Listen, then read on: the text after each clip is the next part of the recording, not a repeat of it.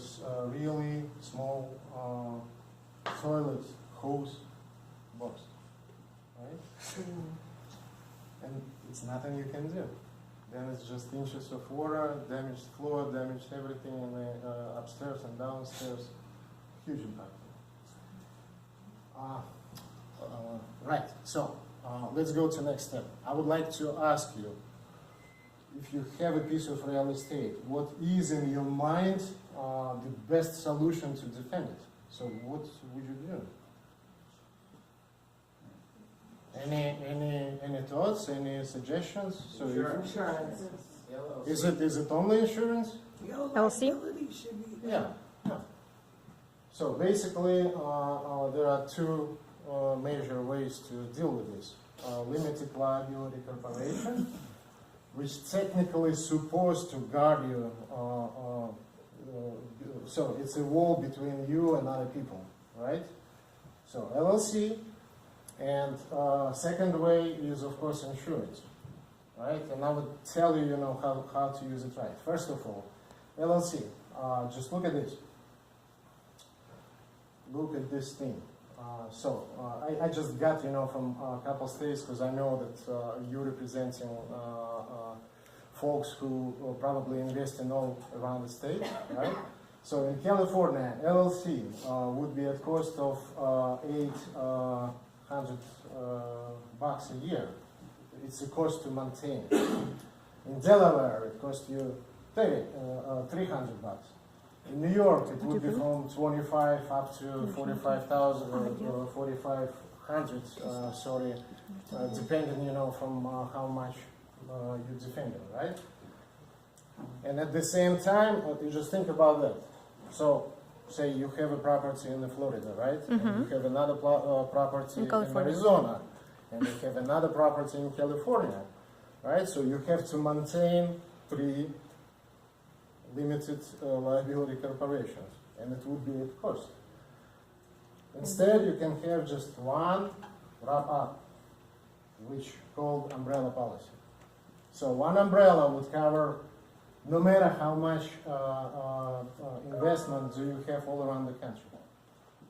Just one umbrella, and this umbrella would cost you technically between $240 and $750 a policy, right? And if it would be commercial policy, it would be just $500 for each million to cover. So, who is familiar with umbrella? And if you're not, ask me questions, because I would try to expedite, not to not keep you a long time. But if you have questions, I'm here for you. So personal umbrella, let's pretend you've got about $4 million or so in rental investment real estate. Are you throwing a personal umbrella on there or a commercial? So let me disclose the difference between personal investment and commercial investment from insurance perspective. Everything what you're buying and the piece is up to 5 units, you can pretend that this is personal property, or personal landlord, or personal rental property, right? Single family, 1 Single, so we call it multifamily anyways. So if it's 1 up to 4, so 1, 2, 3, 4 units, you can do the policy on your name. Okay. All right. If it's 5 units plus, it would be definitely a commercial policy, unavoidable. So anything what is higher than 4 units would be commercial. In this case, it would be a commercial policy and commercial umbrella. Did I answer? Sorry to be a little dense. First of all, are you talking about having owning up to 4 properties, or are you talking about a multi-unit property, 1 to 4, plus a single family, plus a, are we talking property types? Or We're talking piece by piece. Okay. All right. Total buildings. So you may have 4 units in Ohio, you may have 3 units in California, you may have 2 units in Arizona, right? And this is all personal lands. Okay, thank you. But at the same time, you have multifamily, like 9 units in New York, and this is commercial policy, so we cannot wrap it up with the same umbrella. Always remember, when you use an umbrella, always remember that personal lines and commercial lines are never covering each other. So if you have commercial property and commercial umbrella, and something happens to other units which are personal lines, right? There is no coverage. So commercial and personal lines are always separate. Now, is an umbrella policy a supplement, so you have to have individual insurance policies on each property as well? Or can you use an umbrella just to do all your insurance? So umbrella, I will talk about it a little bit later, but I would answer the question right now. Umbrella, and remember that because people often asking me. I lost my home in South California fire, right? And market value for this property was $2 million, for example, right? Would umbrella cover it? The answer is no, because umbrella is a specific insurance product which covers your liability. So if you discovered the cause of this fire and then other people would sue you, then it covers, right? So umbrella has nothing in common with tangible goods, nothing material. All right. So in your example of having properties in several different states around the country, for you to provide umbrella insurance for all those properties, say they all are single family, would the underlying policies all have to be, in your case, done by farmers? absolutely. So the only thing which should be done, absolutely yes. One thing which should be done, if we're talking about California, right, and I'm licensed in California, it means that your primary residence should be here, right, and your outer policies should be, of course, here. So as long as I have the package, your primary and your cars, there would be umbrella which would cover and wrap up anything around the States and even Canada. All right, so this is important matter for all who have probably properties all around the country.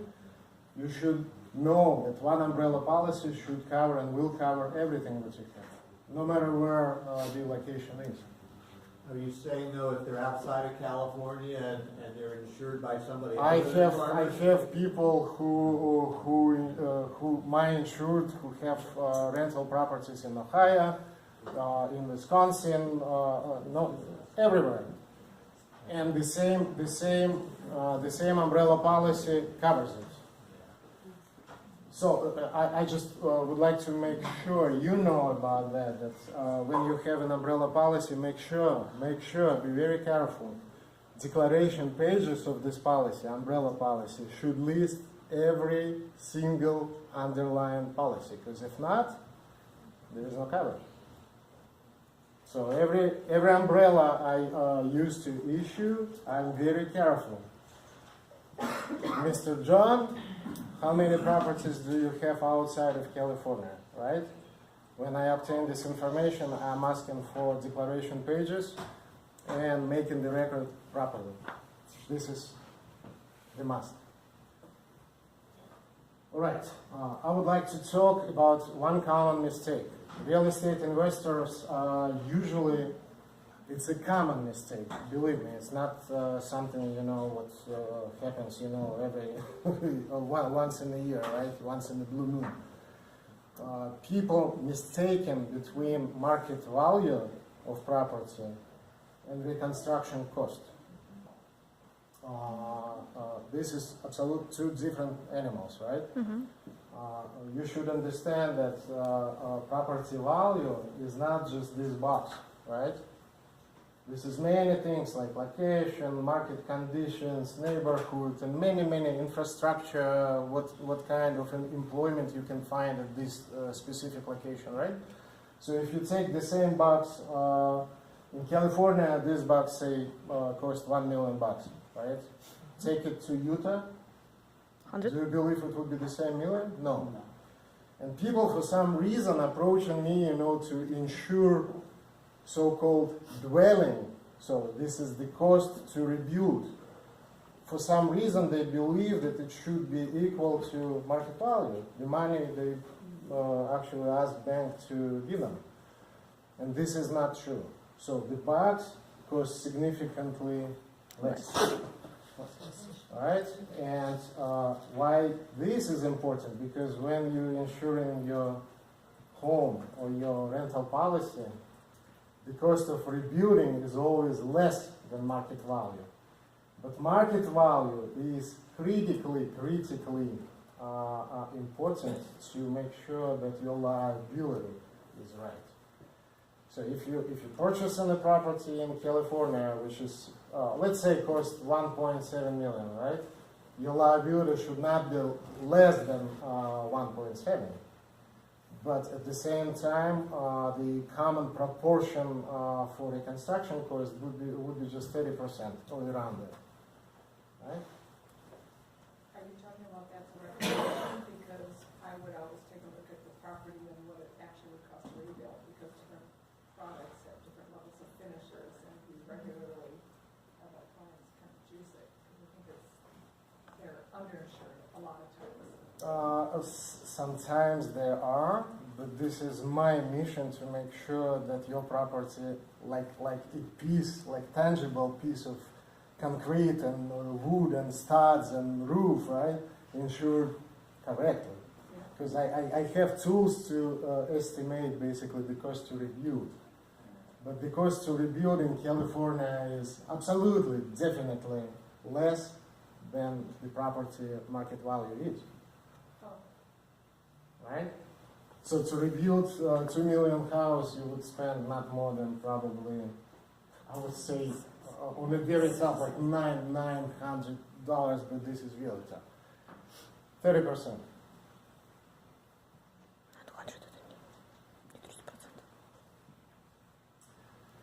All right.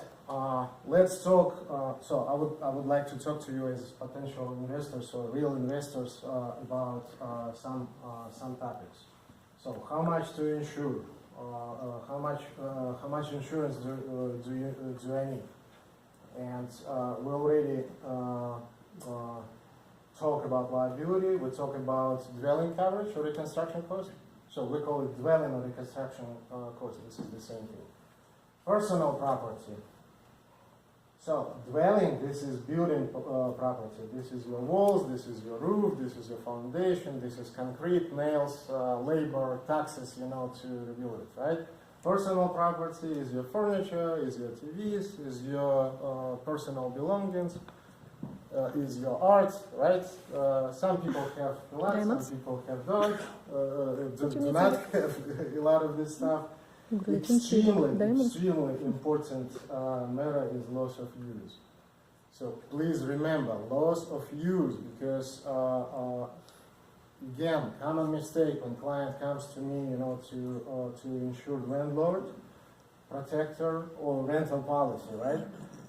For some reason, this is just not considered in many cases like significant value to protect. So let's say another story. I would tell you another story. It was in Concord, and one of my clients, Maria, who recently just bought her condo to rent it to other people, she became my client after, the impact she got, right? Because she was dissatisfied with the previous person who pretended, to take care of her. She was well insured for dwelling. She was well insured for liability, but it was a fire. And a lot of units around, they just burned, not to the ashes, but significantly damaged. Her apartment was fine, but could you believe that you would live in this apartment if you are a tenant? Of course not. It smells, right? There is no electricity, there is no water. So apartment is solid. She did not lose her dwelling. Liability was fine because she did not set the building on fire, right? But people who are tenants, they were forced to leave. and Maria is still paying her mortgage. But no one pays her rent, right? Loss of use is specifically to cover this impact, right? And whatever you have to pay to your lender would be covered by insurance company if it's addressed correctly.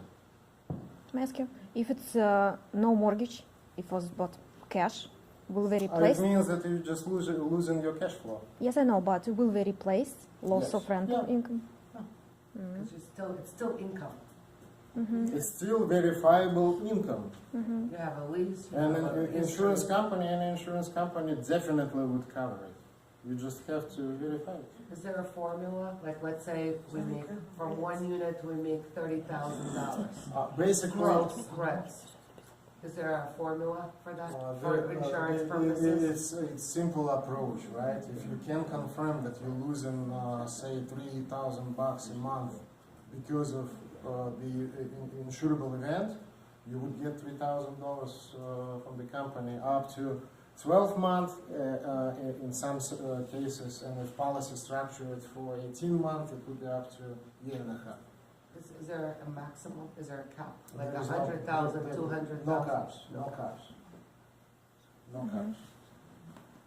Do you have, do they have, rates for, certain conditions for the properties, such as if you have, home security systems, or are there other things I can basically? Yes, the system assumes it, and I would like to talk about, this is actually a second topic, right? Because sometimes what happened, and Alexandra knows because we are always together in any transition. Transaction. So, for example, you as an investor, you see like crappy property you would like to buy, right? And sometimes you really cannot insure it because it's like holes in the roof. So no insurance company would insure it. So what to do in this case? You issue the policy, transitional policy. We call it gap policy. You insure it as a in course of construction structure, right? Transition.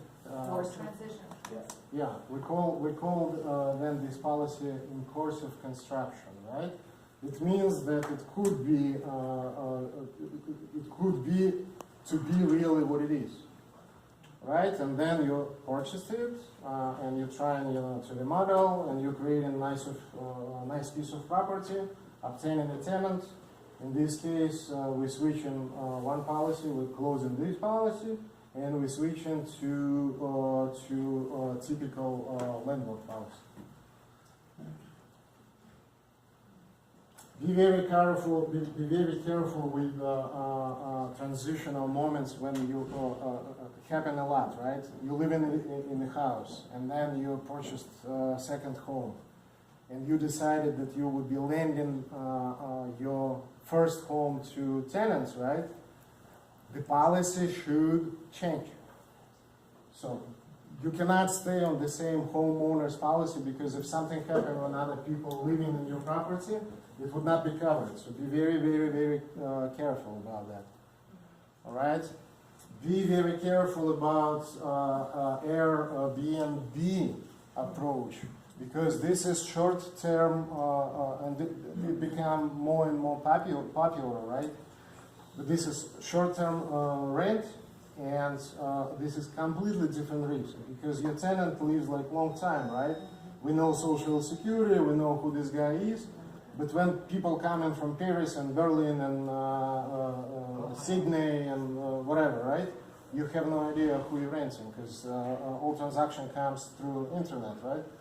Mm-hmm. There are policies for this kind of risk, but you should be aware that it should be approached correctly, specifically, and it should be disclosed to your insurance company because if you don't do it in the right way, then there is no coverage. Okay? Even if you're, you have say about a 16-unit building, and you decide to just try out the Airbnb for 1 or 2 It would be commercial policy.